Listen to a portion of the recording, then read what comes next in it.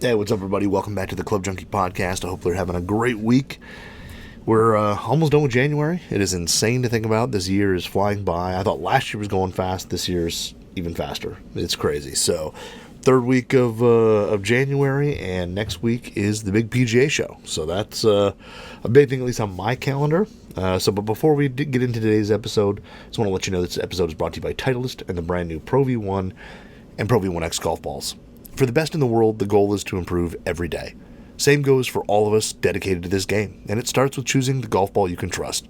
The Titleist Pro V1 and Pro V1X have set the standard for performance, and now they just got better again. Both models are engineered with a high gradient core technology that delivers lower long game spin for more distance and more consistent flight. And of course, you can expect that trusted drop and stop greenside control, so important to shooting lower scores. Pro V1 is the best combination of distance, spin, and feel in the game, and delivers a more penetrating ball flight, where Pro V1X, my ball, flies higher and spins more in the short game, while still giving you low spin for on longer shots to maximize your distance. Outperform your best. Learn more about the new Pro V1 and Pro V1X at Titleist.com. So, yeah, it's crazy. January's almost done. Monday, I am wheels up down to Orlando for the PGA show. We're bringing a small crew down there this year. We're not going crazy. It's been interesting. There's been talks of a lot of people not going this year and things like that. So we're bringing a small crew, and I'll be running around there trying to get some photos for everybody. I know our forum community always wants photos of what's going on. So I'll be there, Tuesday for demo day, Wednesday, Thursday. So Wednesday, Thursday will be in the convention center. Tuesday out on the demo day. Monday, I'm flying in kind of in the afternoon and just going to go kind of get my badge, get everything set up. And then, we'll start rolling. So it'll be kind of crazy. This is always a crazy busy week. You just get, demo day's huge. If you've never been out of the PGA show, the demo day is on this huge range. And it's a huge circle, and it's like 400 yards across or something like that. And I remember one year, I think it was Callaway or something, had Jamie Sadlowski out there, and the wind was it was downwind, and he couldn't hit driver because he was just blowing it into the people on the other side of the range. But hopefully the weather's good for that. There's been some years where it's had some rain and some rough stuff, but last year was beautiful, a little windy, but beautiful. Hopefully this year it'll be nice as well. And then, Wednesday, Thursday, you go into this massive convention center and, all these booths and all that, and go check stuff out. So it's pretty cool. I mean, the downside for us Golf WRX kind of junkies is that the club side of it, the shaft side of it, there's not a ton that's going to be new. There's going to be a couple things I think that'll be showing up at the show that'll be kind of announced around then. But for the most part, the new drivers, fairways, irons, all that stuff, from almost everybody, we've pretty much seen it. So if you walk into one of the big manufacturers' booths who are still there, you're not going to see anything too new. But you may see, a couple little things here and there that are pretty interesting. There's always some interesting companies from from Asia, Japan, Europe, stuff like that have some stuff you've never seen before in the accessories and that type department. Clothing and shoes is always big because I don't keep up on that as much as other people do. So that's always a big one to go see a lot of the clothing and shoes and see what's kind of new and kind of what's happening. I mean, it's always pretty cool to go see a lot of the brands out there. But I'll be running around doing stuff. If you see me, the chubby bearded guy, probably wearing a WRX hat, running around, definitely stop and say hi, and it'll be cool to see some of you if you do. If not, totally understand. I understand people are busy and stuff like that. So, as much as I will be, running from stuff, we'll try to say hi as we cross paths, which is always interesting. And then also, your feet are killing you. By the end of the week, I fly out Friday morning. I'm gonna want nothing more but to get on that plane, sit down, and just get home, because that's just how it's gonna be. But it should be a good week, and the best part about it is getting to see a lot of people that you haven't seen in a while. In the golf business, especially, with Golf WRX, we're headquartered in Detroit. We're not in Southern California. You don't see everybody as much as you would really love to. So it's nice when you get down there to see a lot of faces that you've emailed with, had phone calls with, and stuff like that. Maybe seen in some video conference calls, and get to see their face and shake hands and all that. So it'll be a lot of fun. But excited to go down there and see. So I haven't even looked at the most updated list of who's all going to be down there. I know like TaylorMade is not. And I can't remember. There's a couple big ones who won't be there, but like Titleist and Cleveland Strixon, Ping, those guys will all be there. I think Callaway will as well. So we'll have a lot to look at, see some booths, and see what's new, and see some old buddies, and hang out. But go out to dinner, and maybe have a beverage at the end, and kind of celebrate getting through one more day, and and do that. But so we keep marching on in terms of the launch products. It's kind of crazy that we're still rolling strong. There's still more stuff going on. Next week at launch, we're going to see some stuff that you've already seen on tour. I know there's going to be like a brand new shaft being announced. I mean, just a bunch of stuff going on. So we'll have some still more new stuff. And honestly, through pretty much the end of the month, you're going to pretty much see new stuff from everybody. Like the launch cycle just runs through this whole month, and probably a little bit into February as well. I'm excited for a bunch of new launches. I know there's some new shafts on the way. There's still some clubs on my list here that we'll be getting to, and there's still some stuff here down in my basement that I can't show on screen yet. So a lot still to come, a lot of excitement, and I'm working through hitting as much as I can. I know a lot of people have been asking me when I do Q&As and stuff like that of like what's the best driver and all that. And to be honest, I haven't hit everything yet. I've still got some stuff coming. Thankfully, a lot of these companies are more than gracious to send me stuff to test. So they'll send me stuff in like my lofts and stuff like that. So I've got some stuff even coming that like Callaway, the Paradigm AI Smoke. I've got a couple like 10.5 driver heads coming, which is what the lofts I play and stuff like that. So TaylorMade sent me some QI10s in 10.5s because that's what I play, so I could do reviews. So super nice of those people to do that. And I've been hitting some balls indoors, hitting some balls outdoors. I was hitting some balls at the range last weekend. It was cold. it was rough. I don't remember. I think it was Sunday morning. I ran out there to my old range in Royal Oak, and it was, I can't remember what my truck said, but it was in the teens. I don't think it was 20 by the time I left. It was cold, and the downside is that range is really good. They've got really nice heaters. They've got a ton of heated covered tees, and 90% of the time the wind is blowing out downrange, and it's super warm. You can get away with light sweatshirt, long sleeve t-shirts, some jeans, and you're good. This was one of the few days where the wind was blowing into us. It was cold, and I'll tell you what, I don't think there were more than 10 people that were there throughout the whole thing. So it was definitely a rough range session, but and I mean, you're just like in between hitting clubs and putting my hands in my pockets, just trying to get them warmed up again. And so the high quality swings weren't always there on a consistent basis, but still got out, still hit some balls. I also found that I don't think launch monitors love being out in 20-degree weather. I just don't think they like it. Sometimes you get some quirky numbers, some quirky stuff, and it's just I got to chalk it because I've used the same launch monitor in warm weather and it works perfect. So I got to think that like at 15, 18 degrees, whatever it was, those machines just are not built for that type of weather. So, but went out and hit some balls, and what I was hitting was the brand new Mizuno 240 line. So 241, 243, 245 from Mizuno. So brand new MP series, the Mizuno Pro.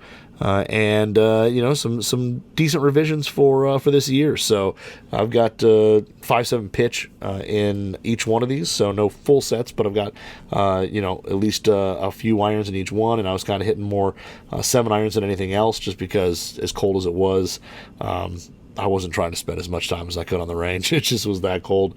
But it also came through with a lot of really short carry numbers that are not the club's fault or anything like that. I mean, it's 18-degree weather, wind blowing in at you.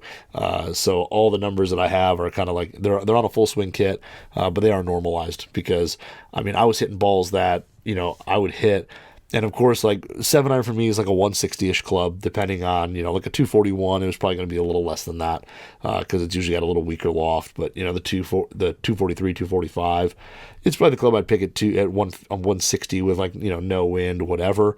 And yeah, I mean, I couldn't even get the ball to the 150 stick out there with hitting good shots. So I hit a couple, maybe that may have flown past 150, but for the most part, it was hitting good shots, hitting them straight, I was just making good contact and stuff, but they just weren't going anywhere. And part of it is just, you got really, really cold golf balls. But the MP Pro line, or the Mizuno Pro line MP, has been huge. I know the 230 series, 231, or what was it, 221, 223, 225 was really big. I know a lot of people have been waiting really on this 240 series. So 241 we'll start with, because that was one I started with on the range, which I know is like absolute, like, why would you do that to yourself? Just grab a blade out of the gate. But I figure if I'm gonna, do this, let's go out and let's just rock it. So warmed up, hit some wedges, try to get as loose as I could, and then took out the 241, which, like always, I mean, Mizuno knows how to make a forged blade. This is the kind of one-piece forged, and this is basically the Grain Flow Forged HD, done on a 1025 carbon steel. Really, really good looks. Kind of got this like really kind of minimal satin chrome to it, but looks really, really good. One of the big changes to these irons for this year, increased bounce, so 2 degrees more bounce on the sole for a little better turf interaction. I was unfortunately I wouldn't say unfortunate. I was hitting off mats, and had I been hitting off grass, I probably would have broke my wrist, because that ground is rock hard here. we're if you don't know, I mean, I live in Metro Detroit, so we're going through, like, right now I think outside is probably like 6 degrees. It's freezing. They like canceled school because they didn't want kids out on a bus. But yeah, kind of a new blade's got a kind of a decent muscle in the back there. If you're watching this on YouTube, and you can see kind of most of the mass kind of being behind dead center. And yeah, I mean, it's a blade. There's not a whole lot of tech to it. It's forged carbon steel. Even when you go on like Mizuno's site and you kind of look for it, kind of look through, specs and whatever, it is just a blade. So it's 1025 forged carbon steel. It's got a copper layer underneath this chrome layer, and that's to add kind of a softer feel and additional touch. And then that center mass there that you see that's a little more visible is basically there to enhance feel, make it have more solid, and then kind of mess around with a little bit of the vibration a little bit to ensure that it feels and sounds right. But overall, just a really great looking blade. Mizuno, especially in the past few years, has done really well. I like the Mizuno stuff because it's a little softer. I know, you compare it to, say, like a Wilson blade, and the angles are much, sharper, a little more angled, little heavier angles on them, a little more, squared off toe. So the 241 I like. It's got a little more rounded toe on it, a little softer. Very minimal offset. I would say, I think I looked in their chart, like it's like the pitching wedge is like under a millimeter. Even the 7-iron, when you set it down, I mean, you're talking very, very little offset, if any. But I do like the look. I think it looks amazing. Now, this is a set that, the 241 is definitely out of my league. It's not something that I would actually play. I mean, I guess I could play like a pitching wedge and gap wedge or something like that, but me putting a 5-iron of this in the bag is just not going to happen. But overall, I really like the looks. I think they're really good. I think people will better players who are looking for a blade, if a little more roundness is what fits your eye, then I think these fit the bill really, really well. And the leading edge is pretty straight. It's just got a hair of a radius to it. Nothing too crazy, but a little bit of a radius to it. And sole width is pretty darn narrow. So it's kind of nice, with all blades, they're really narrow. So it's kind of nice to hear that they added a little more bounce to these bad boys. But sound feel, I mean, what do you think? They sound and feel really good. When you strike it in the center, and again, if you're watching this on YouTube, you can kind of maybe see a little bit of strike pattern for me. I was pretty center to just a hair up out on the toe. But extremely soft. When you strike it in the center, it's one of those, you just feel the ball compress, and there's just, almost that zero vibration, soft kind of feel as the ball kind of, jumps off the face a little bit there. Not hot by any means, but just you kind of have that responsiveness of feeling the ball compress and kind of come back off the face and go. And the sound, when you get it in the center, is just that heavy thud, just the whoof, thump, and the ball just goes. And it's really, really good. I mean, even as you miss just slightly outside, you get out a little bit outside that sweet spot. For me, out on the toe a little bit. Even that, it held its own, and it still felt really good. I felt it was definitely better vibration wise than a lot of blades that I've hit. And let me tell you, when you're hitting balls at 18 degrees, 18 degree weather, you hit it thin, you hit it far enough out on the toe, and you're definitely going to feel some vibration. And it was actually kind of minimized fairly well. And it didn't have anything special shaft wise. I mean, this is just a KBS Tour 120, so it wasn't like it's a dampened shaft or a graphite shaft or anything like that. But even my strike pattern moving a little bit out towards the toe, a little some. Really still had good feel, good vibration, just a hair more click to it. And then you kind of want that, I think, if you're playing a blade. You want that little bit of audible and vibration. You want the vibration feedback to your hands. You want that audible sound to the ear that you just missed it just a touch. And then you can kind of know, I caught it a little off the toe, or I caught it a groove thin, or even a little inside of the heel. Now, typically with stuff like this, inside, getting closer to the heel, you tend to have a little better sound and feel just because the way the heads are built. There's not a ton of mass there that's movable and moved around that you tend to actually have a better feeling shot on a heel miss than you do a toe. But this guy here is pretty good. I think the blade length is solid, very proportionate to the face height. I know there's certain blades that, have a little longer blade length, or a little shorter and stubbier, or they've got like a really narrow or short face on them from sole to top. But I think these are really proportionate. They look really good, and I think they feel amazing. Forgiveness was probably a little bit better than I thought. Especially going out in the cold. I was just waiting to get a couple stingers, like I mentioned. And really, unless I really missed it, it didn't, give that, and actually performed decent. I mean, it did have the biggest range of, carry yardages between, out of the 3 irons. When you did miss it, you would see, kind of that drop off in distance, much more dramatic than the 243 and 245. But for a blade, it was, I hate, people always ask, what's the most forgiving blade? I don't know if this is necessarily the most forgiving, but I do have to say it was better than I expected. I definitely got away with a couple shots that I thought I hit absolutely terrible, and looked back and noticed that, it wasn't that big of a drop off. Now, when you get further out in the toe, like, some of mine, you may see a little dimple mark that gets close to the edge of where the grooves are. Like those shots really dropped off. You would see, between, I probably saw 20 yards between best and worst shots out of these, where the other 2 irons that was much tighter, but it played really well.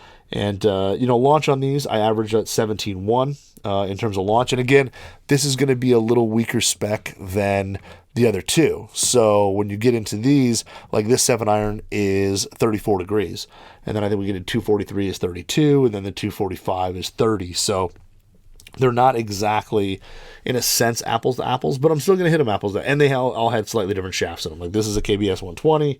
One of them had a Modus 105, and then I think it's a Modus 105, Tour 120, and then a Dynamic Gold Mid 115 stiff. So all stiff flexes, but all slightly different shafts.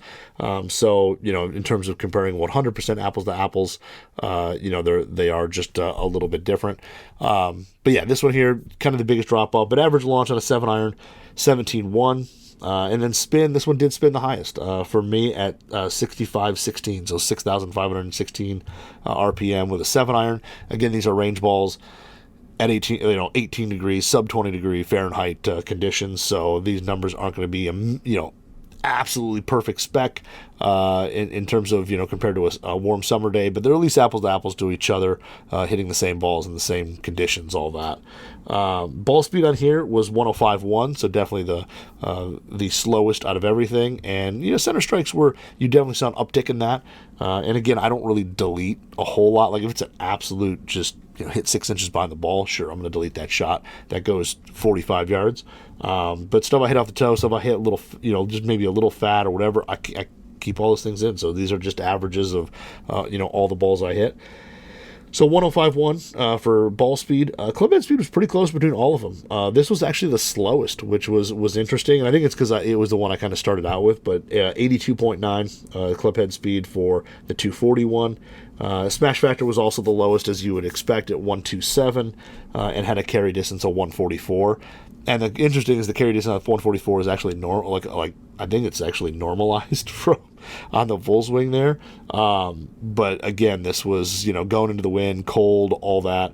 So that number I would expect. Not that I think I'd hit my complete 160 to 165 number, but I think this would be definitely. I would bet this is going to be 10 yards longer when you get it into a warmer season and you take away some of that wind and all that. I think this is 10 yards longer than that. But just to compare, definitely was the shortest as well. Only by a couple yards behind the 243, but the 245 was definitely longer. I wish you could say anything about the turf interaction at the moment, but again, hitting off mats, and I think actually mats were safer than hitting it actually off the turf. Now the sole design, the sole when you look at it though, does have a nice kind of roundness to it, and you can definitely tell compared to some other blades that I've looked at, there definitely looks to be a little more bounce there. So it'll be interesting to hit these once we get outdoors, get into some of these softer conditions up here, how this thing, but I'm willing to bet it's going to get through the turf really, really well. At least for a guy like me who, gets over the top and gets a little steep with it. I think that will be a really good performance attribute of having that little extra bounce. But 241, really solid, great feel. I mean, as you say, is it buttery soft, all that, but really, really, really solid on the 241. So I don't think I'd want to put a 241 3-iron in the bag. I don't think they would work great for me, but it's really, really good. And I think if you're a better player, you're really, really going to like that iron. And then we move into the 243, which the 243 to me actually was kind of the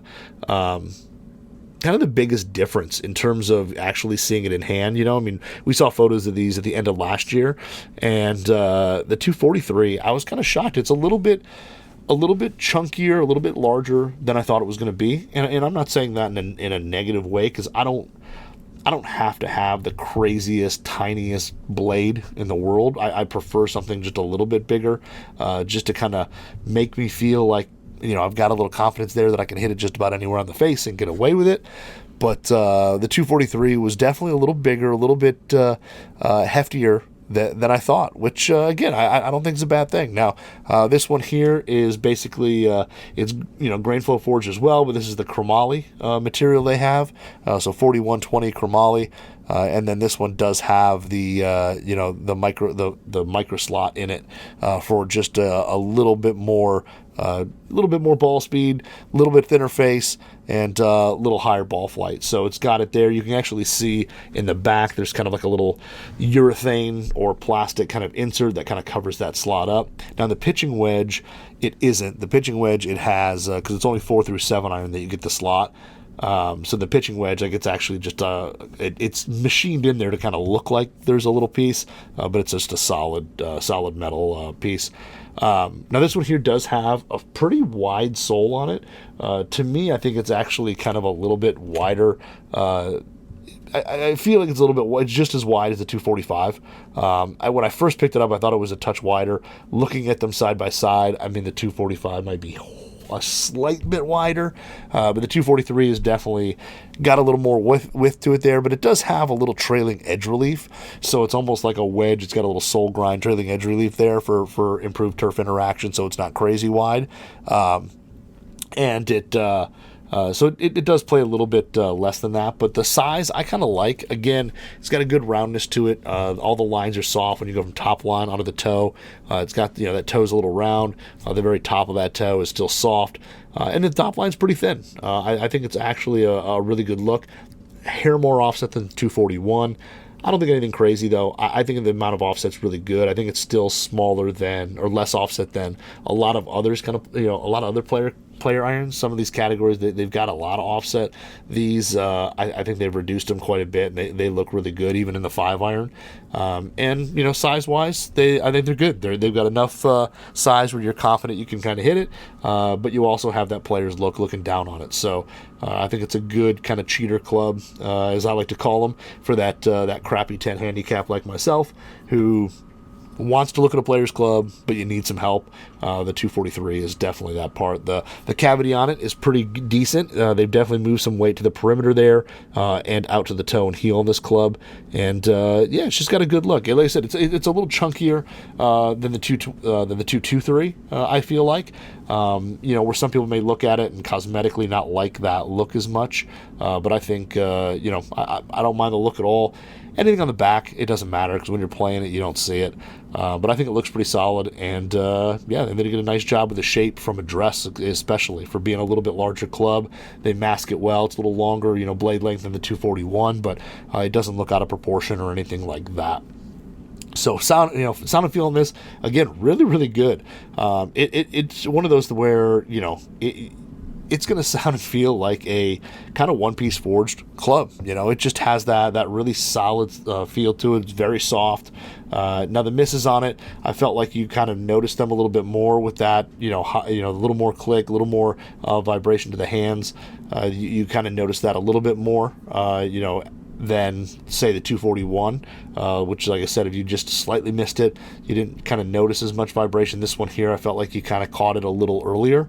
And as you can see, again, if you're watching this on YouTube, the strike pattern was pretty decent that day. I actually hit the irons pretty good. The woods, on the other hand, I was hitting some woods that day, and that was just an absolute mess. But irons here, again, another 7-iron hit really well. Ball flight was really solid. This one actually kind of launched the highest for me out of all of them, and I was a little bit shocked. Because it is a couple degrees stronger than the 241, I thought it would probably launch, around the same, just because it's got a little more mass in different places compared to the 241. I thought they would launch very similar. This actually was the highest out of the three, which I was a little shocked with. I thought the 241 might launch a little higher, being 2 degrees weaker. But this is a 32-degree 7-iron, so it came in there. I think forgiveness-wise, this is actually really, really, really good. I think, as you look at, that delta between, good and bad shots, it just tightens up a decent amount, I think a noticeable amount. So if you're someone who's kind of going to compare 241, 243, I think that's the biggest thing you'll notice, where, maybe the launch number, the spin number, I mean, for me, the spin number difference was less than 200 RPM, or just about 250 RPM. So, I mean, may not be a huge difference when it comes to spin and launch and things like that, but you may notice where that tightening of, the spin difference, launch difference, and distance difference on those mishits is just a little bit tighter with the 243. And I think, honestly, 243 will combo up well with the 241 if you wanted to do a combo set. If you wanted to go through and do, 223 or 243, 4, 5, 6, even maybe into 7, and then run 8 through pitch in the 241s. I think that'd be a really, really good combo set. It's kind of they both have the same kind of brushed finish, and honestly, I think the shaping, other than a little bit of size, is very similar. So I think being able to kind of build a little combo set and grabbing just a little bit of launch and maybe a little bit of distance out of the 243 and the long irons would be a great setup to build for a better player. Again, sound and feel really, really good. And this one here, I was impressed with pretty much every shot, mishit or solid shot. The solid ones, if you put these two, this and the 241 together and you hit two solid shots, blindfolded, it'd be really hard to tell. Knowing them and hitting them side by side and looking and knowing, I feel like, there is just a touch more firmness to the 243, but these are still going to play as some of the softer, players' cavities out there. Now with this one here, launch, like I said, was the highest out of everything. This one I launched at 18.6. Spin was right in the middle of the two. Again, about 250 RPM, or 250 RPM less than the 241. I was at 63.66 with a 7-iron. Excuse me. And ball speed had a little jump as well, 107.6. So that little slot behind it that adds a little bit ball speed, little launch, for me, definitely worked. 107.6 for ball speed on a 7-iron and 83.8 miles an hour club head speed, so about 0.9 miles an hour faster than the 241. And then carry wise, this was coming in at about 147, and again, that's 18 degrees out there with some cold golf balls. But this one, I mean, accuracy wise, hitting it very, very straight. I felt like this just had maybe a hair more, and again, different shaft. This has got the Modus, the Tour 120, so definitely a little softer, handle section and stuff like that. I felt like this one was just a hair easier to turn over than the 241. I was hitting a little bit more of a draw with it than, as the ball got up, it would kind of turn over just a little bit more than the 241. But overall, really impressed with it. I think, again, excited to see what the turf interaction's like. This thing has a decent sole to it, and that trailing edge relief. It should get out of the turf pretty quick. And it's in the leading edge is very kind of blunt, very rounded off. So they've done a nice job with the shaping on this. But the 243, I really like it. I think this is one of those irons that, like, for me, I could maybe go 243, 245 combo and put 245 at the high end of the bag. But I feel like this, 243, I could play this 6-iron down with no problem. Probably maybe even 5. I don't know if I'd go as hard as 4, but maybe 4 or 5. I'd go 245 and then go 6 through, wedge in the 43. I just feel like these have a good amount of forgiveness to them, and when you do miss it, you can get away with some solid shots. So the 243 is really, really good as well. And then you move into the so clank them together. The final, like last but not least, but the 245. So the 245 was the one I was kind of the most excited to look at. This is just an iron that I played the 225s. I hit them when they first came out, just like a 7-iron. And then I played a set when the Fujikura Axioms came out. I took a set on the course and played 18 holes and some range time with a set of 225s with Axioms in them. And I was really impressed with the irons. I thought they played so much better than on the course than they did on the range just testing them. So I was really excited to see the 245 and see what it looked like. And I think Mizuno did a really good job on these. Like this one here, slightly less rounded on the toe, hair sharper at the top, as I call it, kind of the toe, but the very top, little sharper angle as you get into that slightly more square toe. Top line is definitely a little thicker. I don't think it's offensively thicker, and there's a touch more offset to these than the other two. I think, though, for kind of this players club that this kind of fits into, I think it looks really good. I think they did a good job managing size, top line thickness, and just that little bit of offset on it. Now it's got a little bit more of kind of like a taper from the hosel into that leading edge, so I think you notice a little more of that offset on this iron, where the 243 and the 241, it's a little straighter going in. So I think that kind of plays a little bit of effect with how this thing looks from address. But from the back, it looks like a 241.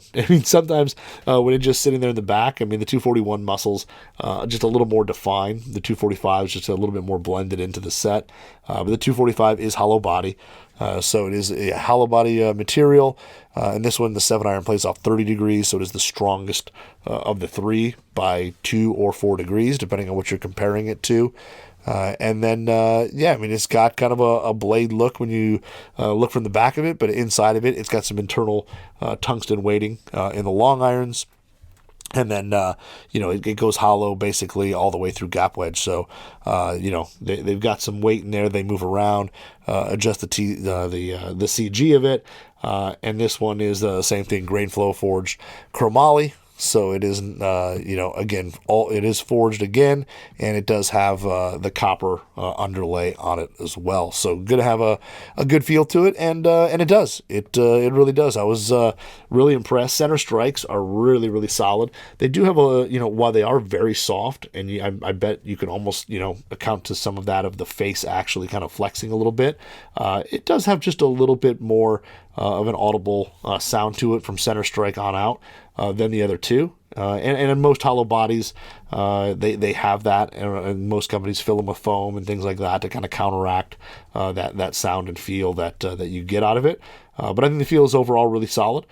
This one here, you can kind of see, if you're watching on YouTube, you can kind of see had kind of a little larger strike pattern out of this. A lot of stuff in the center, but caught one real low heel there and a couple little high toe, but hit a lot in the center. And on the center, this one definitely has the feeling of kind of the most power out of it. You can kind of feel that ball jump off the face the hottest and really want to go. But yeah, you get a little bit more of a click throughout every shot on this iron. But again, I think it's very manageable, and I think it's very good. And I think if you're a player who's not just hitting all three of these side by side on the range as 1, 2, 3, that's going to be a harder thing to notice, because I think these do really sound and feel really, really good. And for the player who's going to go in and automatically just try the 245 and compare it to some other irons in a similar category, I think sound and feel on these is going to be up there with some of the best. Again, these things are supposed to, again, have a little more bounce to them. Sole's a little wider, kind of like the 243. I think they're very similar. A little bit of trailing edge relief on this one, not near as aggressive as the 243, but it does still have some of that trailing edge relief, so the turf interaction should be really good. And when we get to the spring and all that, when the ground thaws out, I will go take them to a grass range and hit them, since, I think I have 5.7 pitch. It's going to be tough to put him in the bat to play with him, but I will take him to like a grass range and hit some balls and see what the turf interaction is like with them. So excited for that. But performance-wise, really, really good. Face is hot. The ball just really wants to jump off it and go. Again, I know with hollow body stuff, people are always really worried about, kind of hot spots and things like that. Do you catch a lot of flyers with it? It is the lowest spin out of them, but it wasn't so crazy low spin that I think it would be a real flyer issue. Again, we're talking golf balls that were freezing cold. So on this one here, it actually launched the lowest. And again, this being the strongest lofted, and me being not a guy who hits a super, super high ball. So the 7-iron here came out at 16 degrees. And this one did spin the least as well at 61.15. So there was about a 200 to 250 RPM difference between the three for me. And again, these aren't exactly the same shafts, so this has got the Dynamic Gold Mid 115, so that could play a little factor in it as well of changing it up a little bit for each iron. And then ball speed, definitely the biggest jump, 111.9. And again, when you hit balls with this thing, it just felt like they were really coming off the face hot, especially compared to the others. The other two, and because Clubhead speed-wise, 83.5, which puts it in second place out of the 3 irons. But the smash factor is way up at like 134. So definitely when you hit it in the center, you definitely saw some added ball speed, and the ball really did go. And then the carry yardage in this one, over the average, was 153. I actually hit a ball that was over 160 with this iron, which was crazy because I didn't hit anything else even close to that. But distance wise, definitely carried further. And launching the lowest, kind of going out into a headwind, then yes, you can kind of see where the lowest launching one probably went the farthest. But it definitely had all the markings of being the longest of the 3. And forgiveness wise, I thought it was extremely straight. Where I thought the 223 was a little bit easier to turn over, this one, I think having a little longer blade length to it, I think it actually was just easy to hit straight. And even if you didn't turn over super hard, but you're still able to get the ball up. And if you're going to work the ball with this thing, you're still going to be able to work the ball with all 3 of them. If you're somebody who's going to walk up and want to hit it low, hit it high, all that stuff, you're going to be able to do it with all 3. But this one here did just want to go straight. And out a lot of the shots that you see on this face, that were out on the toe, couple low in the heel, things like that, the ball still was pretty much at the target. It didn't stray off a whole lot. Again, a little bit of draws because that's just what I hit. And then that same shot shape was kind of there, but it was reduced compared to the 243. Just a little bit straighter ball flight, less curvature on it. I could still get over the top and hit it left, but I can do that with anything. So the 245, really solid.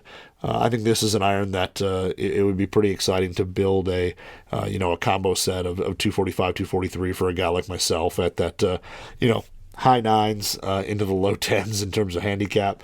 I think this would be kind of a good setup. The 241s are beautiful. They're just not, unfortunately, my game is just not there yet. Maybe one day after my daughter grows up and, I got a lot of time to go hit golf balls, maybe that one day happens. But yeah, the 240 series, from Mizuno, really, really impressive. I think they did a really nice job with these irons. I think he's going to sell really well, especially for better players and players kind of like Golf the Beer Xers and stuff. They're going to do really well. You're going to see them in a lot of bags. So if you want to check out more, MizunoGolf.com. Check out more of the specs and all the details there, and then find a place to go hit them because they're definitely worth hitting. So, but that is what I've got today. Remember, if you're following me, please follow me on Instagram at ClubJunkiePod. I know I've been kind of slacking on the Q&As, but I think I'm going to do it today, Thursday. I'm going to try to do it this afternoon. I got so much crap going on because packing up and leaving for a week next week. But follow us there. If you want to watch this on YouTube, search Golf the BRX Radio. I think if you search Club Junkie, it would come up as well. But Golf the BRX Radio is where it's at. And then wherever you're listening, to this podcast, Apple Podcast, Google, whatever, please like, subscribe, all that stuff. It really does help. So thank you guys for another week. Before we go, again, this episode was brought to you by Titleist and the Pro V1 and Pro V1X.